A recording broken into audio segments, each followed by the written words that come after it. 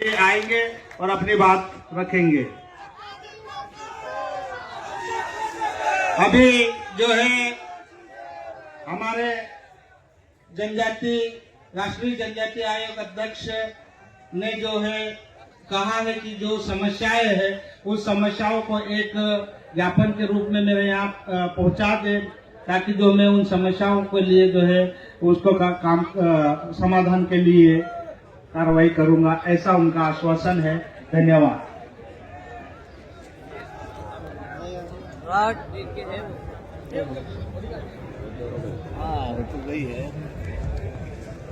जुर्म के साए में लब खोलेगा कौन?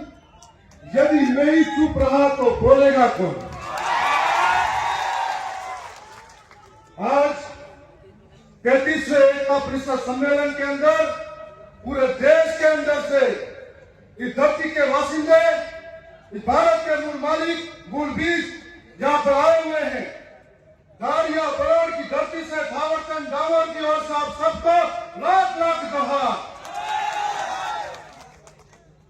आज कई समय से इंतजार था कि आदिवासी एकता परिषद से एकता की मिसाल देखने को मिलेगी। मैं राजस्थान विधानसभा का सदस्य हूं।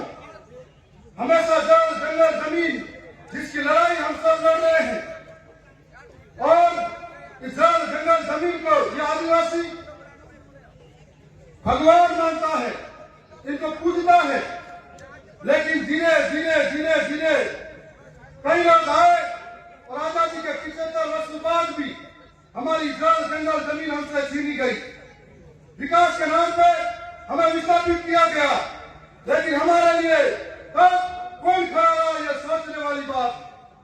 और आज हमारे लिए सबसे बड़ी सोचने वाली बात है कि लड़ाई को किस जगह जाकर लड़ा जाए, जिससे हमारा जल जंगल और ये जमीन बचाई जाए।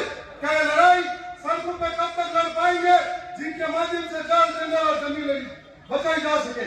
इस लड़ाई को लड़ने के लिए मैं समझता हूं कि राजस्थान की, मध्य प्रदेश, गुजरात के महाराष्ट्र हो या देश की सबसे बड़ी सर्वोच्च संसद हो, इन व्यवस्थाओं के अंदर तो हमारे लिए इस आगे आने वाली आवाम के लिए निस्वार्थ भाव से वहां जाकर उन व्यवस्थापिका का हिस्सा बनकर इनके लिए बोले, इनके लिए लड़े, तब तक संभव हो सकता है कि हमारी जल जंगल जमीन की लड़ाई हम लड़ सकते हैं।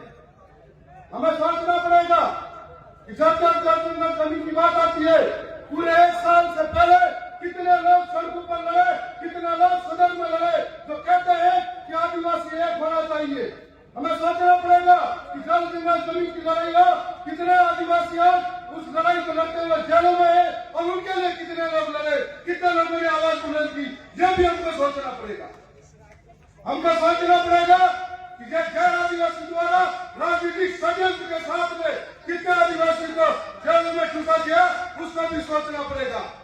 हमसे पहले हमारे यहाँ पर जनजाति अध्यक्ष जी बोल रहे थे, मैं उनकी बातों को गौर से सहमति जता रहा था और सोच रहा था क्या ये सरकारें एक पेड़ माँ के नाम जब नारा लेती है तो मेरे मन में आती है कि ये सरकारें क्यों न हंसता अभ्यारण्य को राजस्थान के नाम करने से बचा लेनी चाहिए।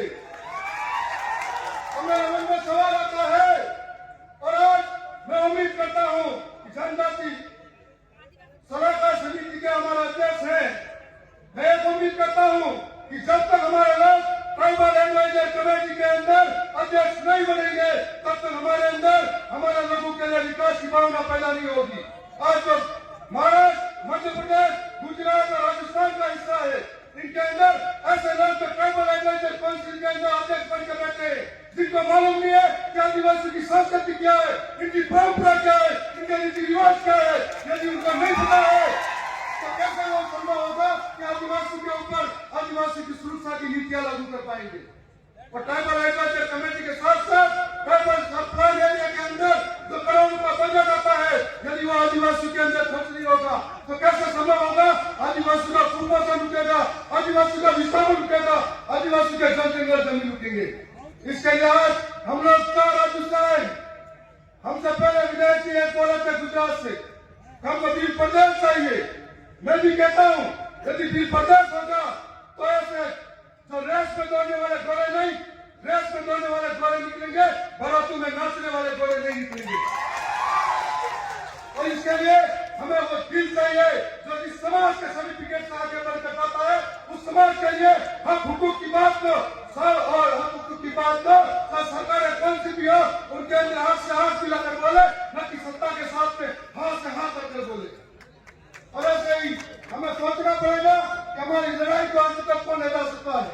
आज पिछले 1 साल के अंदर हमें दुख होता है कि कितने आदिवासी जेलों के अंदर हैं।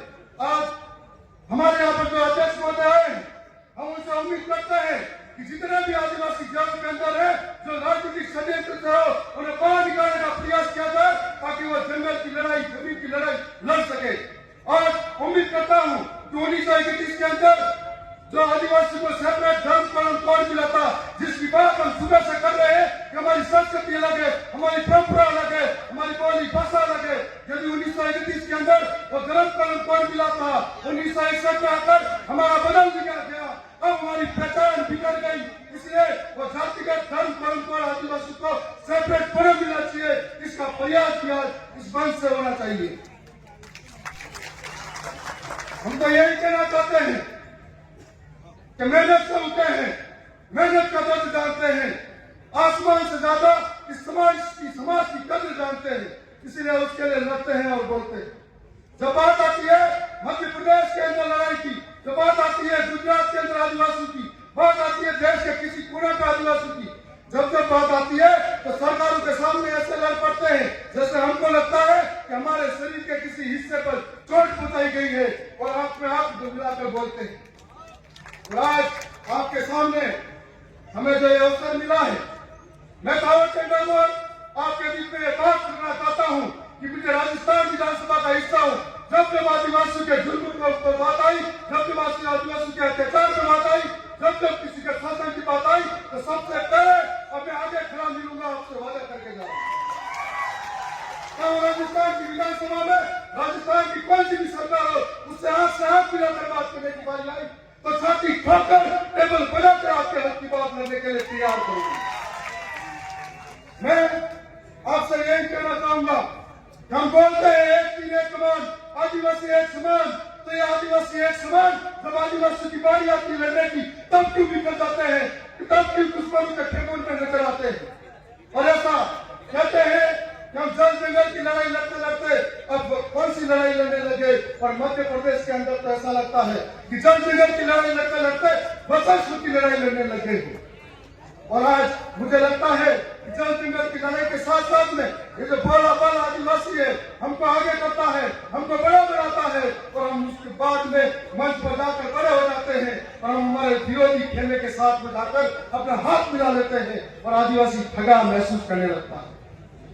अब हमको ये सोचना पड़ेगा कि कौन हमारे सुख में काम आएगा, कौन हमारे दुख में लड़ेगा, कौन हमारे अधिकारों की बात करेगा, कौन हमारे लिए लड़ने के लिए तैयार खड़ा है, उसकी पहचान करनी पड़ेगी। आदिवासी बोलने से आदिवासी के अंदर वो भावना आने वाली बात नहीं। मैं बोला बहुत बहुत धन्यवाद करता हूँ। मैं कहना चाहूंगा कि आवाज अपनी दूर तरफ छोड़ जाऊंगा, खामोशी में बहुत गवारा नहीं, मुझे शीशाओं में टूट भी गया तो अपनी खनक छोड़ जाऊंगा। धन्यवाद।